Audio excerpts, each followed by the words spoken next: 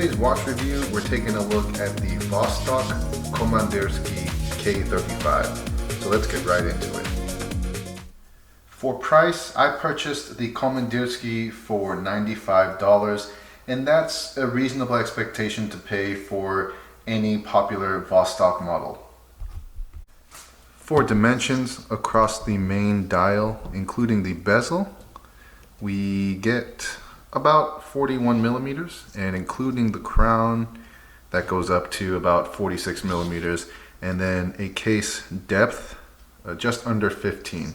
And keep in mind, you do have that dome crystal, so you know it's 15 millimeters, but it might feel a little bit less than that. With weight, we're looking at 145 grams or 5 1/8 ounces. And here's that quick wrist shot for you. I have about an 8-inch wrist, so quite a large wrist, but as you can see, you know, even with a more moderately sized watch like this, it still fits just fine on me, and I think it'll look just fine on most people. As far as functions and features go, there's really not much here. You've got a bi-directional bezel. I would normally call this style like a friction bezel because it's non-ratcheting, but there's really not any friction or tension, so it's just kind of freely spinning in both directions. And then of course you've got the automatic movement here. It's kind of hard to see. I'll try and get a close-up of the second hand, but it is a sweeping second hand, and so it does have that very classic automatic movement motion on the second hand. You do also have a screw down crown, and if you're familiar with Vostoks, you'll already know that this is kind of like a free floating crown, so it's not directly attached to the stem. Some people love it, some people hate it. I'm kind of in the middle. I'm not a fan, but at the end of the day, it works.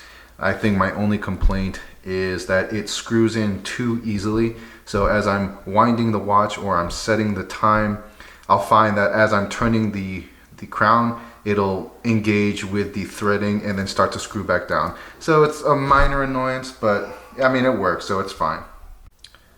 And we've also got an acrylic crystal, and then 10 atmospheres or 100 meters of water resistance. So this is going to be a very good beater watch, something that you can wear anywhere, above water, underwater, and it'll do just fine. As far as Lume goes, there is Lume, but absolutely do not purchase this watch for the Lume. So it's only applied on the 9 o'clock, 12 o'clock, and 3 o'clock indices, the hour and minute hand, and then this pip here on the bezel. And it doesn't last very long. It's not very effective. So, I mean, I guess at this price range, I'm not complaining, but at the same time, I have plenty of other watches in this price range with phenomenal Lume. So that's definitely just not ideal. Taking a look at the bracelet, you've got a stainless steel bracelet of 22 millimeters. And I'm giving you that number so that way if you wanted to swap it out, you can. You know, a lot of people complain about the bracelet. I don't think there's anything wrong with it. I think it's perfectly fine. You know, it's definitely not any worse than those cheap stainless steel Casio bracelets on the market. I will say the clasp is where this thing is just horrible. It feels just not pleasant, and it's hard to explain. It doesn't really line up perfectly, and I guess the best way to describe it is like two thin pieces of sheet metal just grinding against each other.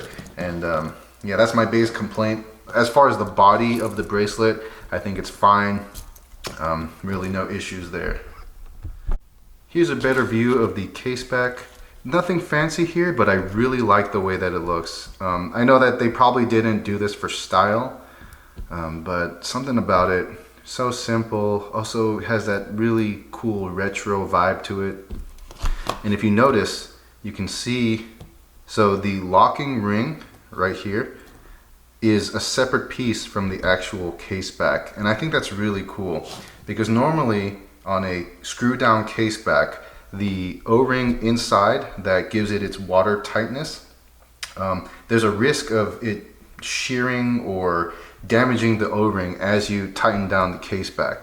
So the fact that the part that you screw in, the threaded part, is a separate piece from the actual case back. Is an ingenious idea, very simple, and just proves the resiliency and overall just ingenuity on design from Russia.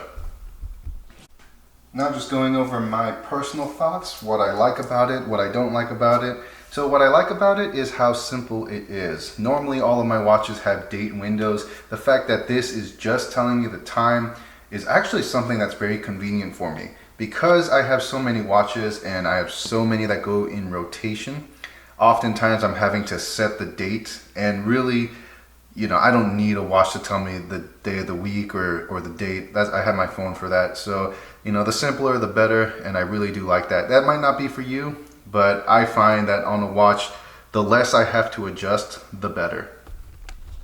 And then what I don't like about the watch is, surprisingly, not the bracelet, not the screw down crown, but it's the bezel. This bezel is essentially worthless. I don't even know why it's here other than as a fidget spinner.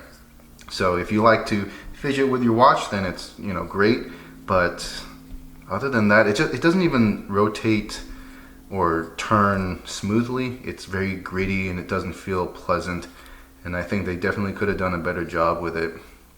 But yeah, that's my one con of the Komandirskie. And I probably wouldn't name this watch the Komandirskie, which I looked online and it translates to the commanding watch or commander's watch. And I feel like a commander would have something nicer. I mean, even on the dial, you see those 2 chevrons, and 2 chevrons is like the universal rank of corporal.